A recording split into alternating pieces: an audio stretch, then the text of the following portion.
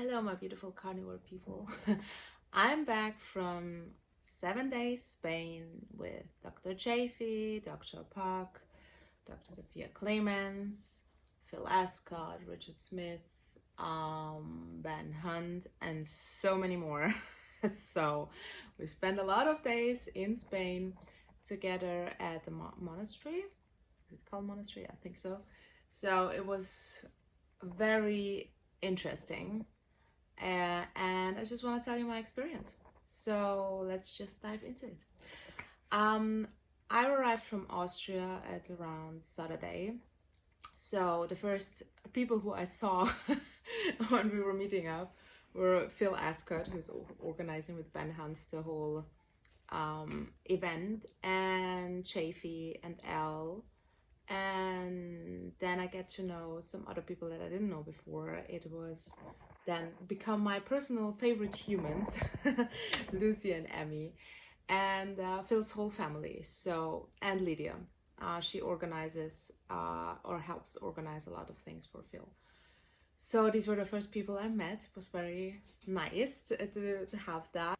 And yeah, one of my first talks was actually with Elle, and it was fun because I do like her cooking channel. I think she has amazing creative recipes that even I yesterday talked about, because she's, for example, having this chicken skin and then she wraps it around some filling and then fries it, and it just makes my mouth water even talking about it right now. So I'm excited to experiment a little bit also with her recipes, because it's a little bit different, and I personally need some variety at some point, and sometimes I'm totally happy just with the best steak. But I'm gonna come to that because I had some really epiphany moments in Malaga. Then I had a talk with Chaffee because we connected since we already wrote, and he gave me at the beginning of my journey the advice for higher B12, vitamin D, take everyday liver. These were the three things that I implemented at the time when I had an MS seizure, and it helped me with most of my symptoms. So this was very important and still is very important for most of the people. I will add on that for the MS things that after also happened is B12, B2 and B1. The B vitamins are very important for the whole nerve system. So you can always, when you have some problems with that, you always check your B vitamin levels and just be a little bit more when you're sick, because the average is not enough. So check out Chaffee for all this advice when it comes to that. Dr. Sophia Clemens, this is the one doctor from the Budapest clinic, paleo-ketogenic diet. I hope I said it right. PKD. Yeah, I hope. But let's dive into it. So I arrived at the airport. We had this chat. We drove. We were just around, I think it was 8 people. And we spent one night together in Malaga in one of the one beautiful, organized from Phil hotel there with a great view. It was so fun to talking to everybody, because you can get closer and just get to know people in a deeper level. So I'm trying to tell you the things that are well known and not the deep talks we still had, you know. So I'm trying to find a balance here. One conversation I had which stuck in my mind was also with Phil and Lydia, that the dioptries, I don't know if you say that in English, with the eyes, I have minus 3.5 and my vision is not very good, and it's getting sometimes even worse, and it's getting blurry again.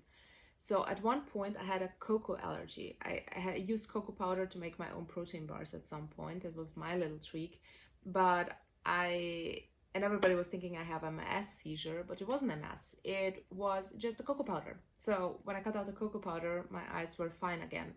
Very important to address that. If you have eye issues and you're still having your tweaks with maybe 100% chocolate, cut it out, see what's happened. For me, it was the cocoa powder itself.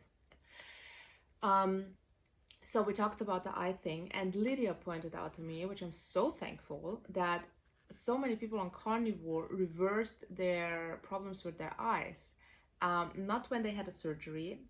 That was a little bit of a tough pill to swallow for some, because when you had the eye surgery, it's a little bit of irreparable, let's say it like that, because nobody know any cases that got in this good direction when they had some issues with the eyes.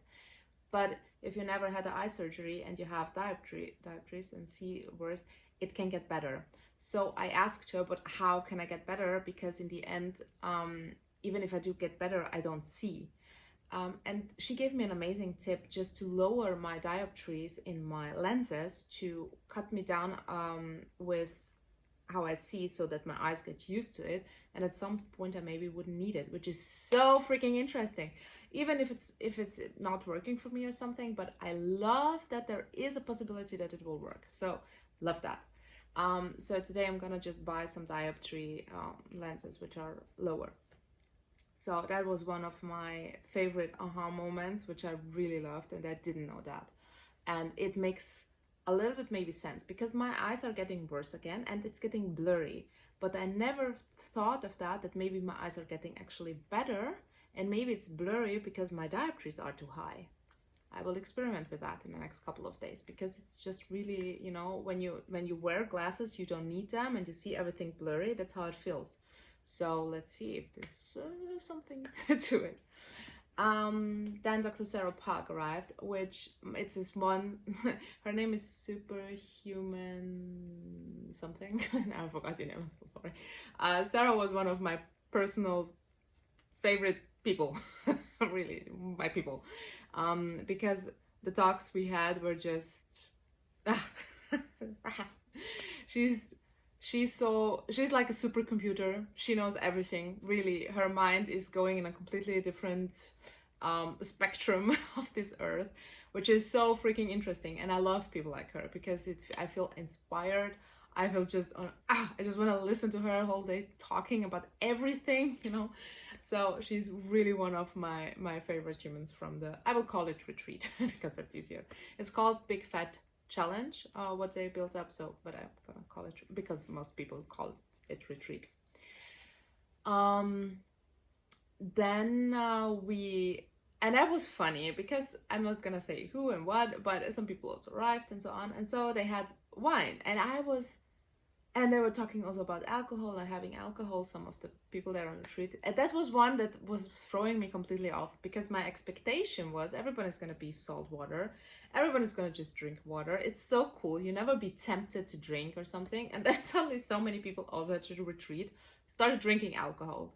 And I was like, okay, you know, that surprised me the most.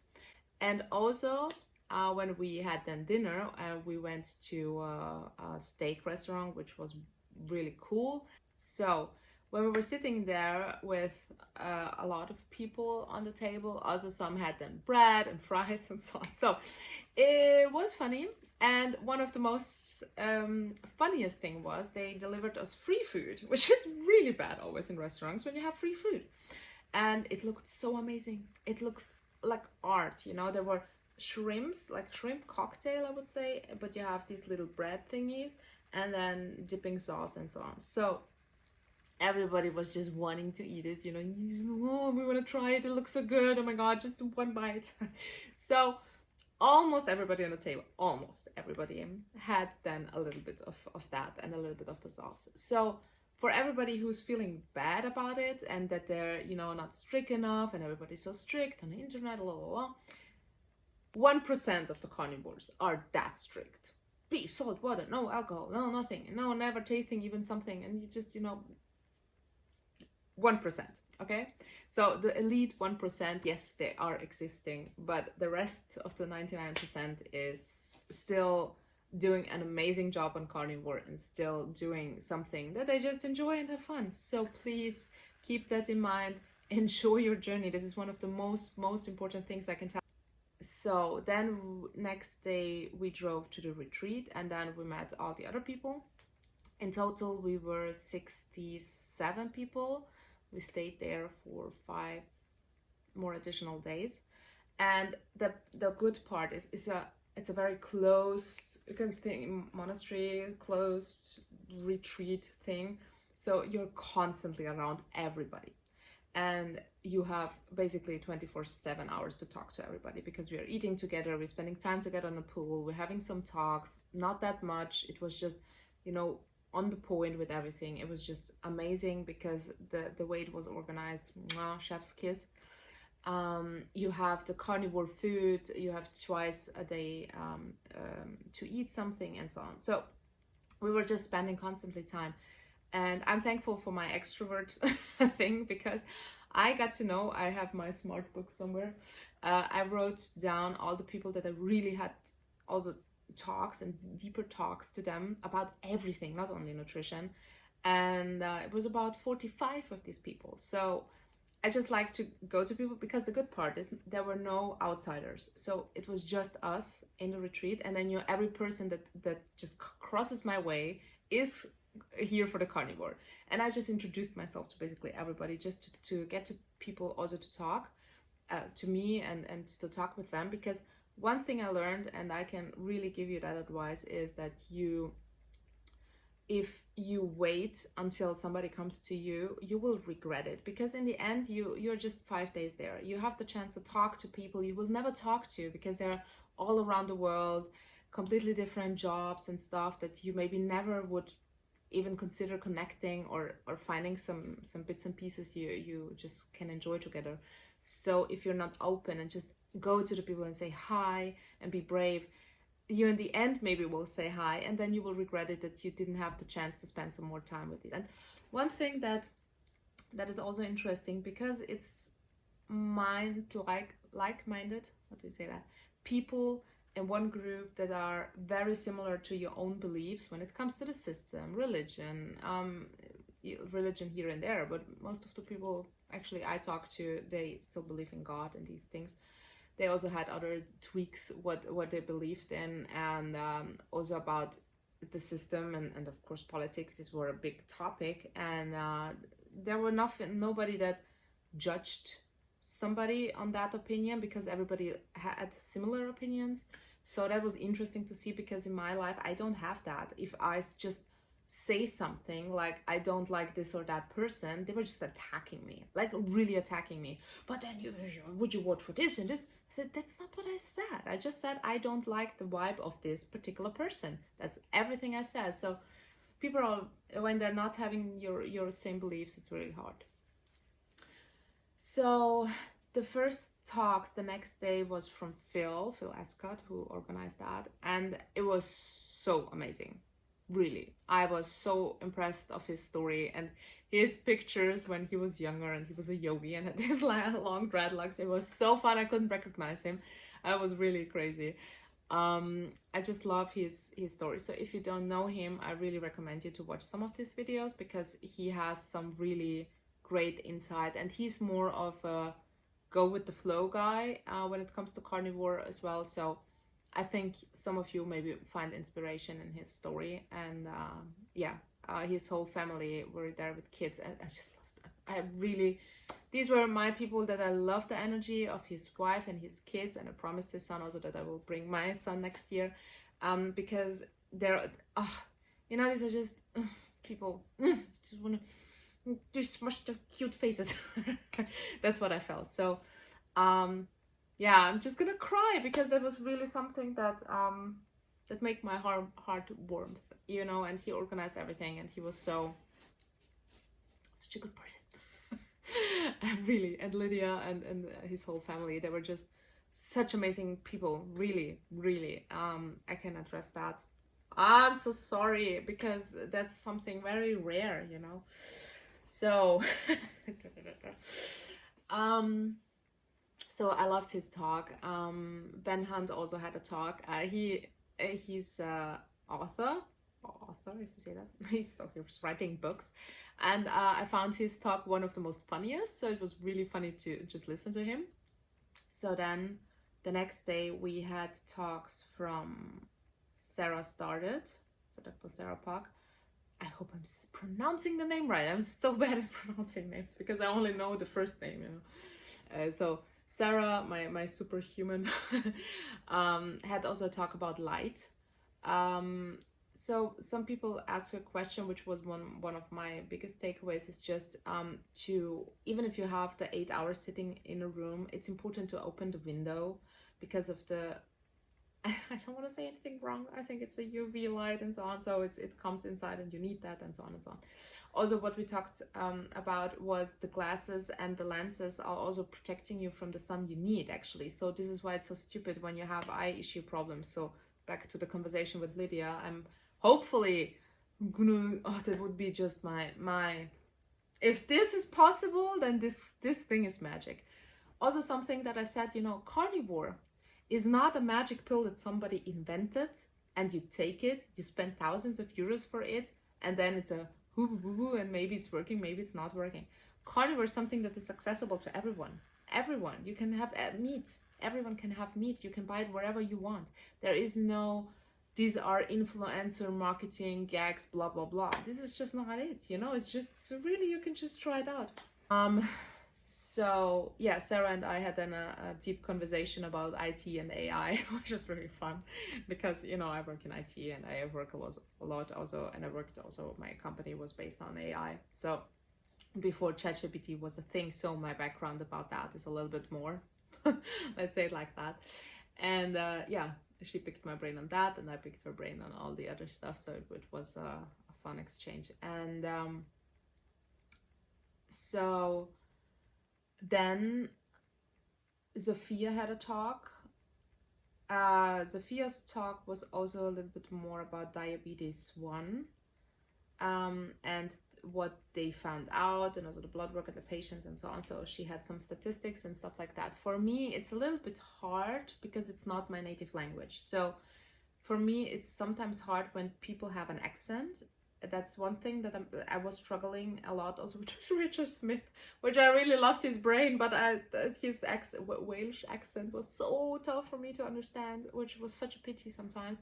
And especially when they talk about medical things, it's for me hard to follow sometimes because, you know, my brain is still translating it and they're already somewhere else. So when people talk really fast with me, especially in medical and with an accent, it's hard for me. Chaffee had a talk. He also had his plant talk, and he also talked a lot about autoimmune diseases and stuff like that, and also about the lesion thing, that it doesn't just go back. And it's he only had 5 patients that had these things like I'm having, which is very rare, that you really actually can see on the MRI kind of a progress, not going back for me now because I'm not that strict. I think if I'm really beef salt water, my progress would be just unbelievable high.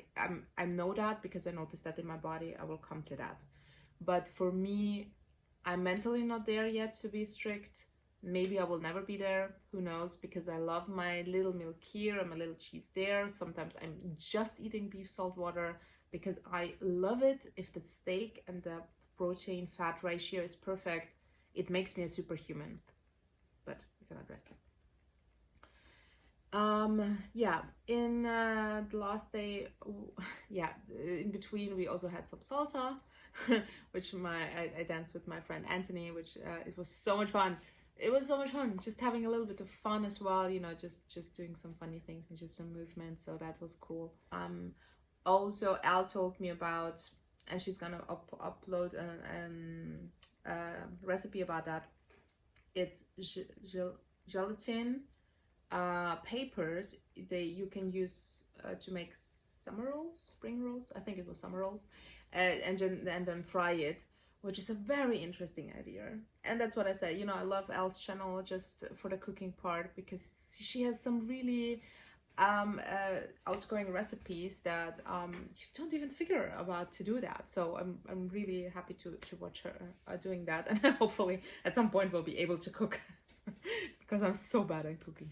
So one thing though that was very interesting is that I asked a question, and I also said, you know, I'm one of these rare MS patients with the lesions and so on. And I asked, which is very interesting with my blood work, and everybody who knows me now from day one, they know that my blood work was very strange, especially when I had a high liver content eating, because Chaffee recommended to me, you know, take it every day and so on. At the time, my iron dropped, and also then I had to take the B2 and so on. And that one helped. So I asked him, you know, about that. How can you have something very little, even if we're eating like that? How is this possible? And I also asked about the histamine issues, because what happened to me and my roomie, and that because it happens to both of us, and we both have, she has Lyme disease and I have FMS. So because of the similarities of the diseases, I think that maybe this was why we two reacted so badly on the meat that was serving there. We had major issues and I stopped breathing. It was that bad. I couldn't breathe. I never in my life experienced something like that. I was just suddenly in one of the talks, I felt I couldn't breathe. And I just had some of the people I get to know from Berlin, they had from the morning breakfast, they had the burger patties. And the first days, the burger patties had something in it. It was not clean beef. They had some binder in it. I could see it, I could taste it. So I'm very sensitive to these things. So, but even then, cold, I had some bites of it, and I think because they were cold and lying in there, the histamine was building up. But I'm gonna come to that histamine issues. So I just got up, got into the room, my roomie thankfully was there, and then I suddenly just dropped down because I couldn't breathe. It was just completely, my body was just completely out of control, like really heavy. I had that once, not that major, and I even asked you guys about that, but yeah, until I figured out that I was allergic to bone broth at the time and soups in general. I don't know why, something about the cooking method, just, yeah. So that was bad. And I couldn't find my asthma inhaler because that's something I thankfully always have, and my allergy pills, which I bought the first time it happened. So I had that with me, but I couldn't find it. So she gave me her asthma spray. And I reacted so badly on her medication because I didn't think this through. I was just in panic and she gave me that. But something inside was just making everything worse. I was just like on drugs. It was so bad. It was really horrifying for hours. So I was scared of eating any meat then at some point. And I had just egg yolks and let them cook eggs and not touch them. And I was open them. I did let them give me butter, so I will open it, and everything they prepared, I didn't trust it anymore because there was something also with my roommate, and they said it's nothing in her food because she's very sensitive, so she had special food. And then one guy in the kitchen told her, yeah, they put some seasoning on it, but she's allergic to seasoning. Yeah, so I was just a little bit insecure. The last 2 days though, it's changed because I think Phil and the others pointed that out also with the beef patties, because then they changed it and it was completely fine. It was amazing actually. So the thing that, so oxalate dumpling, histamine issues, two very famous words in a carnivore world. Sophia doesn't agree with that. She said oxalate is a myth. Histamine is a myth. It's something completely different. If she would see the blood work, she can tell what it is. So she was completely in this direction. So everybody, especially Richard, it was really funny. He then explained to me, you know, you should eat kidneys because that's also helps. It's like a Dow pill. It's kidneys. So for the histamine issues, you can eat kidneys. And then they explained, also Chaffee explained how to make it, and I was like terrified. It was like, you don't look very happy about it. I said, no, I'm not. I don't want to eat that because I'm also struggling with liver. So yeah, choose your fights, you know. So I don't want to take the Dow pills because pills in general I just don't want to take it just if it's really necessary. But yeah, the kidney thing, we're going to build up to that, okay? Going to build up to that. But yeah, Sophia was completely, no, that's a myth. And then Richard was always saying, you know, if oxalates were real, you know, formulating every sentence like if oxalates, and it was so funny because then Sophia was knocking her head all the time on stage. But then what happened was it's so confusing, and that's why I had to understand why people are so confused with nutrition. Some doctors were sitting in, I had to talk with a lot of doctors there actually. In total it was 3-4 doctors who were there, who I get to know a little bit on a deeper level as in the crowd, in the audience. And 2 of them from Norway, then she came to me and said, That's not true. Histamine is a thing. I'm doing studies on histamine. We have our own lab. We are, you know, measuring the histamine on food, blah, blah, blah. And she even wrote a book about histamine. So, and she said, yeah, take the Dow if you don't want to eat the kidneys, the Dowsing pills. So, and that was such a moment, you know, nobody was agreeing. And even something, I can't remember what Chaffee was talking about. And Sophia was sitting next to him and he was just, that's not true. That's not true. And she always said to Phil, that's not true. So what I wanted to address that, it sounds funny, but in the end, it's nutrition is confusing. And all these studies and these were things that I don't get really deep into these things because I don't believe in them, because it's impossible to do a study. And I think Phil's keynote he had was pointing that so good. He said, you know, at the time that this and this happened to me, I had this, and Corona happened, and stress happened, and this happened in my life, and this happened in my life, and that nutrition, and this and this and this, and this what I had. So all of that had an impact. Who knows what causes it, or everything. So when it comes to nutrition, basically everything can cause a histamine reaction. Let's call it reaction. It can be because something in your blood spikes. Maybe there is no such thing like allergies. I have no clue. I don't think that anybody has a clue. Everybody thinks they have a clue, but then even the people in the same profession don't agree with them. That's why they are arguing all the time. So this is what makes our life really, really hard as normie people who are not even doctors to understand that whole concept, because you pick your fighter. It's really like that. You pick your fighter because you want to believe in that. And the coffee part was one of the most funniest parts, because people don't want to hear that coffee is bad. They know coffee is bad. They know it's a toxin. You know that people go bananas if they don't have the coffee in the morning. How can something be good for you if you go bananas if you don't have it? That's a drug. That's a damn drug. And but we want to have our happy place. I want to have my happy place with dairy. So that's why I listen to people who say, dairy, it's fine. And I say, yeah, I love you. You are my new leader. I'm gonna jump behind you, you know. You don't say jump behind you, right? I'm just gonna follow you. So everybody picks their own fighters based on what they want to believe. Just even they know if it's not true, they just want to believe it, you know. And I want to have some studies and things that will say that's okay, you know. So yeah, if you are an Olympic player, amazing person, you're gonna do carnivore the perfect way with no alcohol, no coffee, no occasional tweaks, and you know, tasting something, just even a bite of something. You don't want to have dairy. You will never have stress. You will always ground yourself. You will always go outside and have all your sunlight all the time. You will have all your walks. You will have all your weight training. You need to know, me as a person who goes to doctors and had the medication and had all this stuff, I was their very, very patient. I was their, you're doing the right things patient.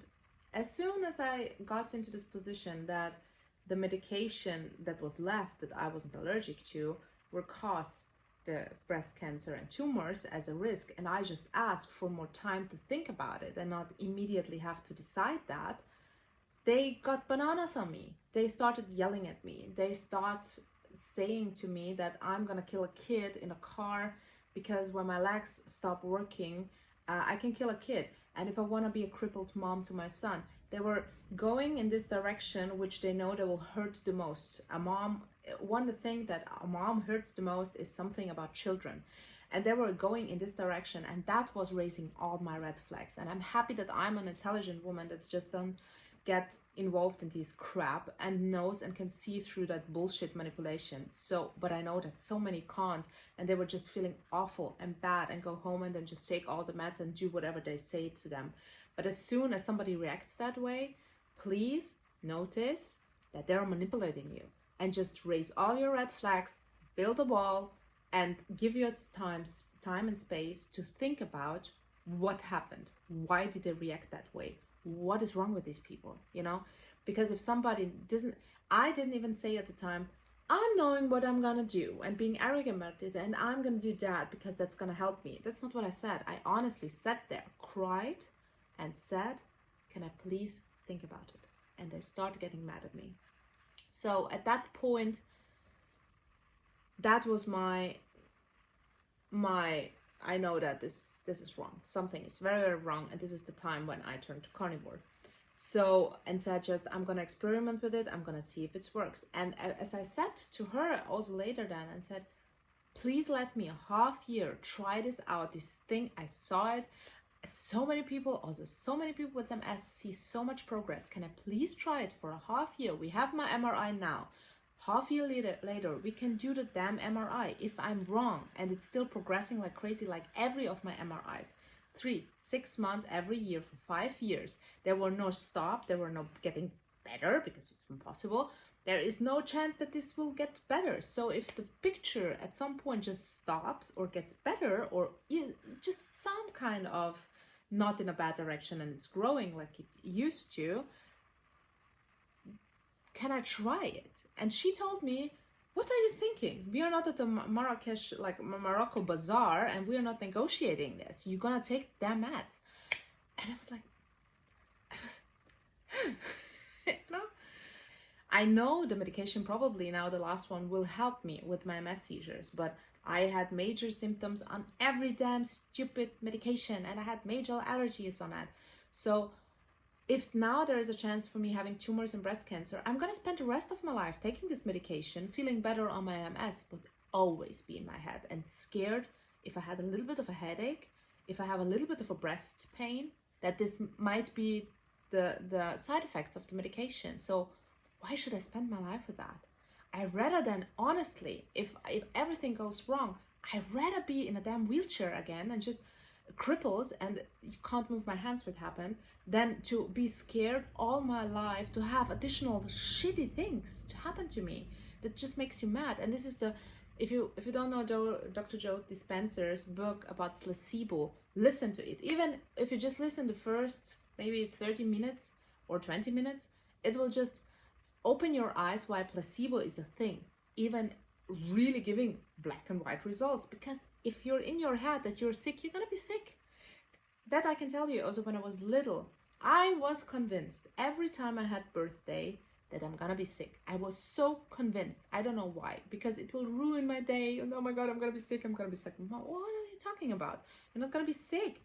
I'm gonna be sick. Every time on my birthday, I had fever. You can measure it. I had fever. I made myself believe that I'm having fever and being sick, and I was sick. Even on paper, the thermometer went up. So you can make yourself, your body, believe that you're sick if you're really convincing to yourself. So this is why this is so important. And for me, knowing this medication can cause that, I know myself, my brain will go there. And in the end, I will have a damn tumor. Even if there in the first place, there wouldn't be a tumor, because I will just be freaked out about it, you know. So this is why this is so freaking important to know that. So we had this Q&A at the last days of the retreat, and then in the evening we had just some, then Mark, my friend from the UK, played piano, you know, it was really fun. And then I went to sleep and they played cards, which I'm now sad because I love playing cards, because at the time when I was sitting there, everybody was kind of on their phone. For example, also two of the people there were also Christians and very passionate about this, and we had a very interesting talk, and they talked to me so much about the Bible things and stuff like that, which I didn't know. And one thing he said stuck in my mind. I want to share this because I would love to cry about it, but I don't know why, it really touched me. He said, you know, when you're a parent and you have your child, this child can do whatever it wants. It can be the worst child on this planet in the end. It can never visit you, never ever again when it just leaves home, and you will still love this child every day, and you will love it till the end. And he said the same thing applies to God. It will love you when you're part of his family. He will love you no matter if you go to church every Sunday, if you do your whatever, you know, the church wants you to do and stuff like that. So even if you don't talk to him or anything, because that's what a good parent does, and he's a good parent to you, or a good family member. So in this kind of direction, and that really stuck into my head, because sometimes I said also I felt guilty when I do believe and I love to go to church, and I feel guilty when I don't go to church if I'm lazy, and that really stuck in my mind that yeah, that brought me joy. That, you know, these small bits and pieces of a conversation. I can cry. Ah, damn it! Was I don't know, these things just touch my heart, and this is why I honestly, if next year they probably gonna do it again, so I can really from the heart tell you, if you have any kind of these events, don't focus on the speakers. That's the first thing, because so many people were then, yeah, they didn't have a chance to talk to this or that, and I was like, did you approach them? No, because they were constantly in a talk. I say, yeah, but if you don't approach them, how when are they gonna talk to you? Because they're constantly in talk. So you just have to walk there and say, can I talk to you? I would love to pick your brain on whatever, you know. So in the end, thankfully, basically everybody were happy, because they all had their chances to talk to the people they wanted to talk to. But my expectations was completely different. I just wanted to spend time with people who have my mind, and I don't care if they're speakers or not. So that was my personal go-to, and I can tell you this, you learn the most when you just talk to people and be open about it and not judgy, and you know, and these kind of things, and just pick the people you like the energy just to spend their time with, and you can't pick them if you don't talk to all of them, so, or a lot of people, you know. So in general, it was one of the actually most amazing experiences I had, just talking to so many people with so many journeys, so many stories, so many inspirational things. It really made my life, actually not my day, it made my life kind of very interesting, because also some people we are now in contact, and they're so, it's just different to have real life people who have the same mindset. It's a completely different story, and if you feel alone and you have the chance in nearby you to go to any kind of convention event, focus on connecting with the people in the audience. That's very important, especially at this big event. So stuff like Spain, you know, it's still expensive, so that's why it's a very smaller crowd. You get to know everybody, and especially the speakers, you're, you know, constantly with each other, so there is almost no way that you can't talk to, you know, deeper. But when you have any kind of events where a lot of people are, like 200 people, try to not go there for the keynote speaker. Try to go there to connect with all the people surrounding you. Talk to them. Just say hi, you know, because at the end, that's what you need. You need a community of people. Even one is enough sometimes to keep you motivated. Me, without my online community, in that case, and also with my friend Mark, I don't think I would have managed to do so, because you guys and, you know, these connections keep me really focused on what I'm doing, and without it I would felt alone, and I would like to be a part of something. And if everybody's doing vegan food in my surrounding, I think I at some point maybe would go back, because I just felt so alone, and I felt so judged, and so, you know, it was a constant discomfort also talking to people. Then something very interesting happened, because I had to spend one more day in Malaga. So I drove with our 8 people again back to the airport, and we had amazing talks in a car, and then I got to Malaga, and I'm an idiot. For the first time I spent the night in a hostel, because I wanted to be in the middle of the town, the old city of Malaga. First, Malaga, the city was amazing.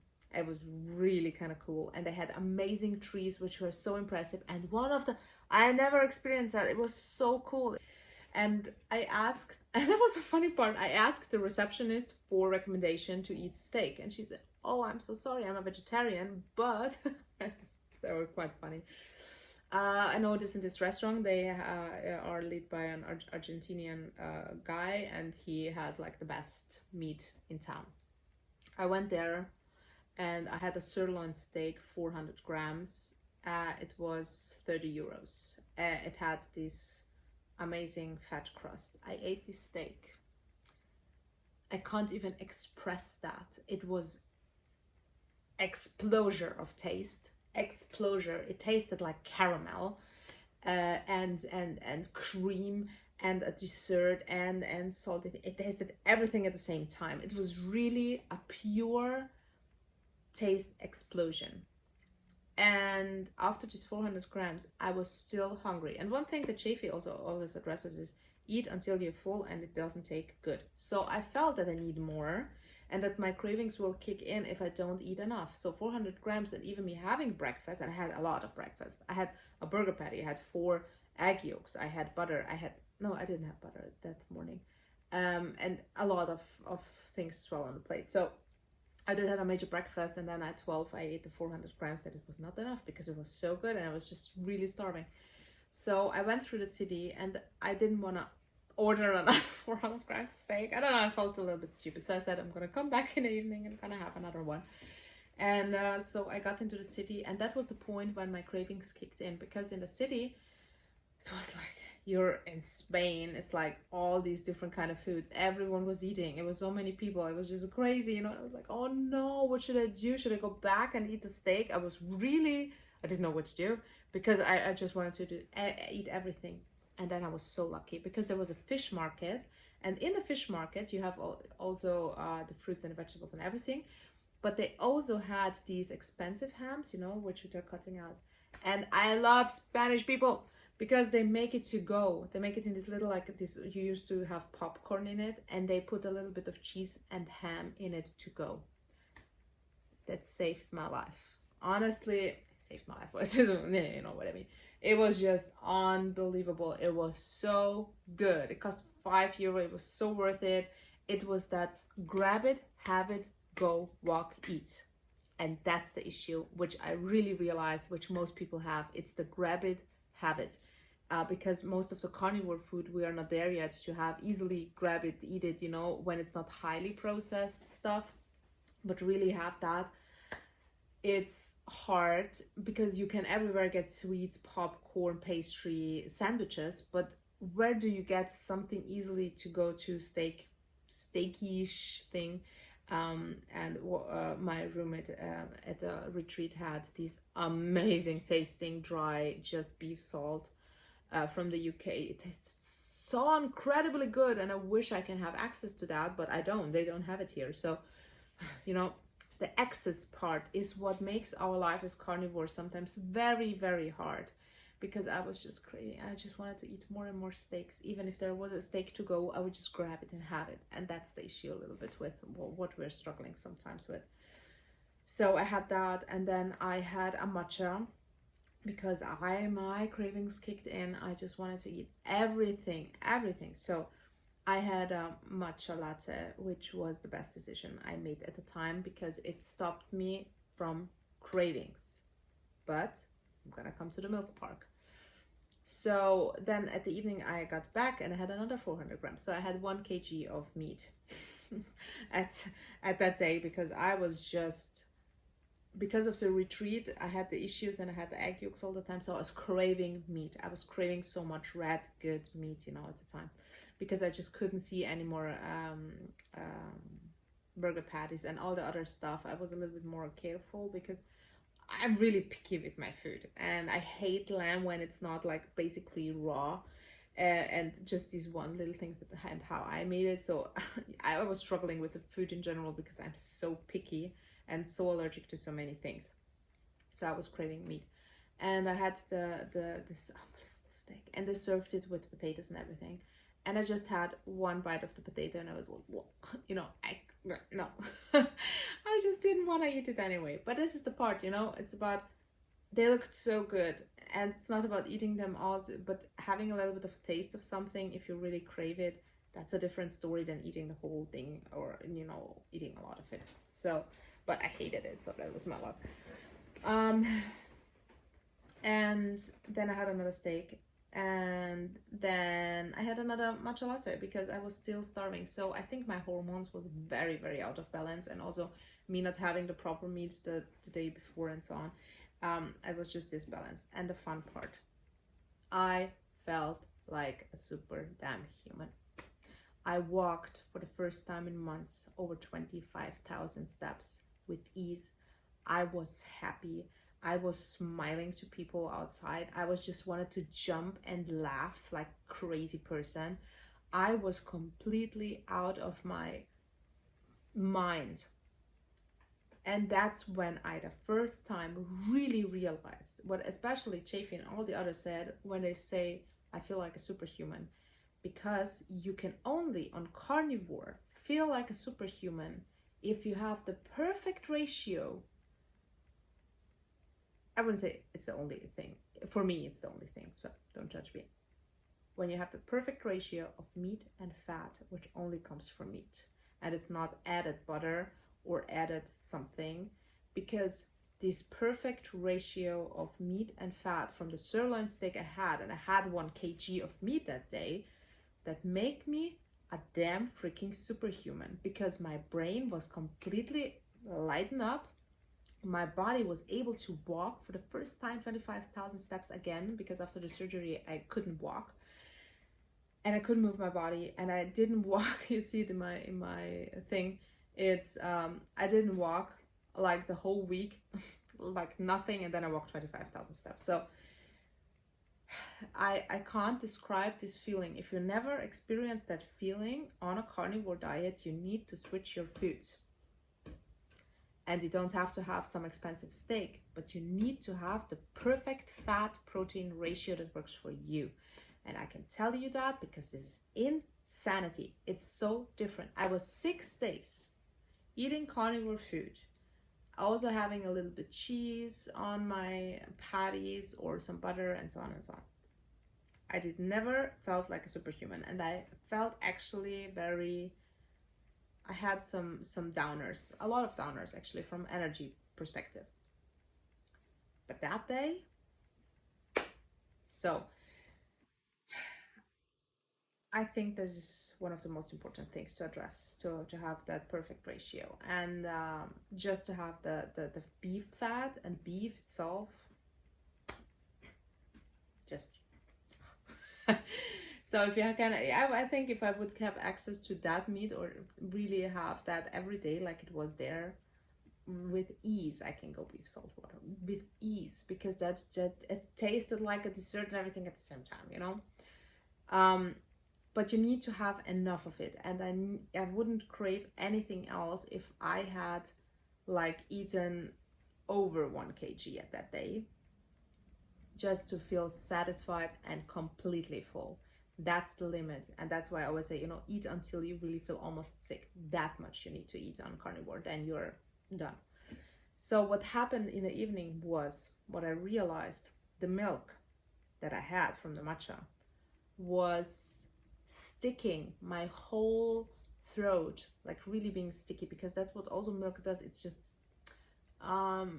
like a I don't know the English word right now. If you stick things together, so the glue, yeah, it felt like glue. And you can realize it at some point that it really, most people got blocked noses when they have butter or milk or something. So this is what happens when you have dairy. So this is why we know that dairy is not good for us, because we can feel it most of the time. Some people don't have that, especially when they're already recovered on carnivore. Very important. Like steak and butter gal, for example. You cannot take Bella to use her as your role model if you are not healed, and you cannot eat the same thing like she does. Be careful with that, because it took her years to get to the point where she can eat this stuff. She had also histamine issues. She had major issues with a lot of things. She didn't eat dairy and stuff like that. So, you know, you need to be at a certain point to eat like these influencers with the variety of carnivore if you really want to feel like a superhuman. So that's what I wanted to address. So the dairy part is, for me, sometimes very important. What I saw, we went yesterday eating cevapcici, and I had, that was about 200 grams. It was my only meal a day, and it was not enough fat. So I had constipations, and I had major problems with my stomach. So I don't feel like a superhuman then. You know, I felt good, but I don't feel like a superhuman, because the fat and protein ratio was not there, and that's that. And yeah, so yes, that was Malaga. Felt amazing. And then I came back home, and I had the feeling my life started. Don't know how to express that, because I just felt happiness for life. I just wanted to have my life back. Also after the surgery, just to get myself together and to feel good again. And I realized what makes me feel good. And I realized also some of my issues that I have to address when it comes to habits and mentally, just emotional eating and stuff like that, to really get myself deeper into these topics, to get myself out of just this emotional eating, because I know what to do. I know not to eat this and that and that and that, but I need to come to the point. So I cut out the coffee, but I replaced it with matcha tea, because matcha tea is for me easier to get rid of, and black tea. And I have a little bit of milk, so that helps me now to get into my fasting state, where I have 1 or 2 meals a day. I had now 1 meal a day, basically every day. Besides, then in the evening I had some eggs, or I had some piece of butter when I was hungry. So it was basically 2 times a day eating, but after 2-3 hours. And that helps me now with my fasting. It helps me now with managing my hunger, that I have my matcha and my teas and my sparkling water with lemon. So this helps me through the phase when I'm hungry. And that's now my battle that I'm working on, because that's now where I'm going. And then I'm easing things out, and I hope to get at the point where I have my balance back. Because I can also tell you from the girly parts, you know, that I'm having with my hormones disbalance and everything that's going on in the female's body. We're not going to talk about it, but it gets worse. It got very, very, very bad at some point now these days, especially when I was in a retreat, which was insanity. And I can tell you how it feels. It felt like, and I only had that maybe once or twice a year usually. On Carnivore now I have it every time for days, and it was really bad. And for me, that's a lack of a mineral or a vitamin at the point. For example, maybe iron at most of the time, or the dairy part, like Sophia would say. Immediately it's dairy, so I don't know.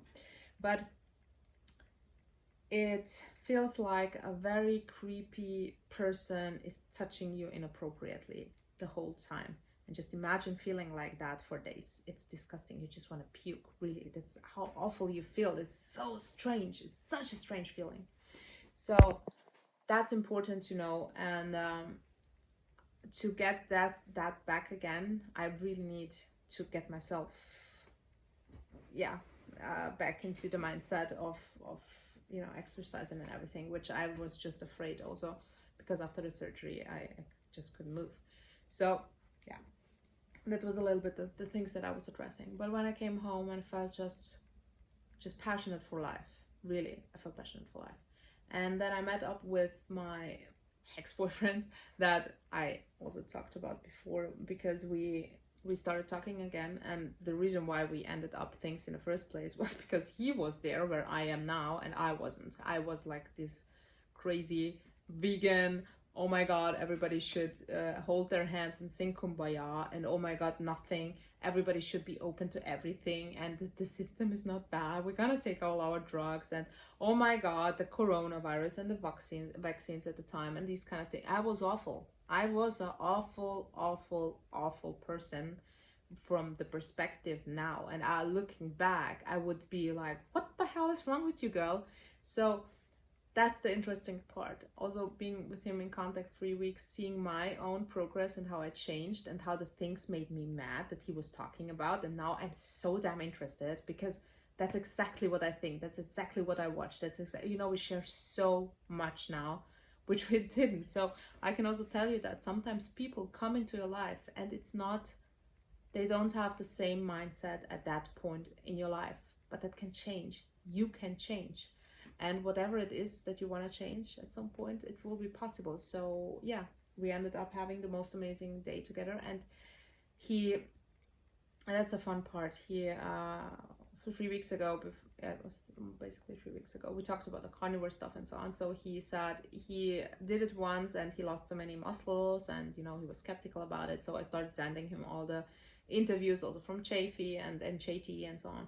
So from all the guys that I know, he wants to look like, especially when it comes to the muscle parts, and not to be too thin, because on just these manly muscle parts, that's important to him. So I picked the carnivore fighters and what they do and sent it to him, and he's doing it now, and he looks completely different even after 3 weeks, and he feels amazing, and also his energy is so changed, and his whole energy just changed, and it's so fun to watch. I can't even express that, how fun it is to watch a person just have this clarity. It's like a damn freaking drug to look at people and taking it, and you're like, how do you feel? It's so exciting. And every time they just eat some meat and just having some fun and just doing something they love, it's like I feel so much joy just watching him doing that. So yeah, we decided to try it again. So sometimes just people come back into your life, and we just said, we're gonna push each other to that point where we really try to be as strict as possible. Having now somebody that shares the same things like I, in my life, and also have that. Still, we know each other for a long time now, and just seeing also myself turning into another human being just by talking to him and seeing how I was before and how I am now. These are big different steps into a different mindset of life. So yeah, I'm Spain made me things realize and just opened my eyes to myself, and that's what I can address. So if you ever want to have some amazing epiphany moments, you just need to be open. You don't have to be in Spain for that. You just need to be open and talk to people honestly, and find your crowd, find people who have the same opinion like you. Welcome to my channel, guys. It's so nice to meet you. Here I share you some advice, that's just a preview. Thank you for being nice. Subscribe if I reached you. Yours, Ivy.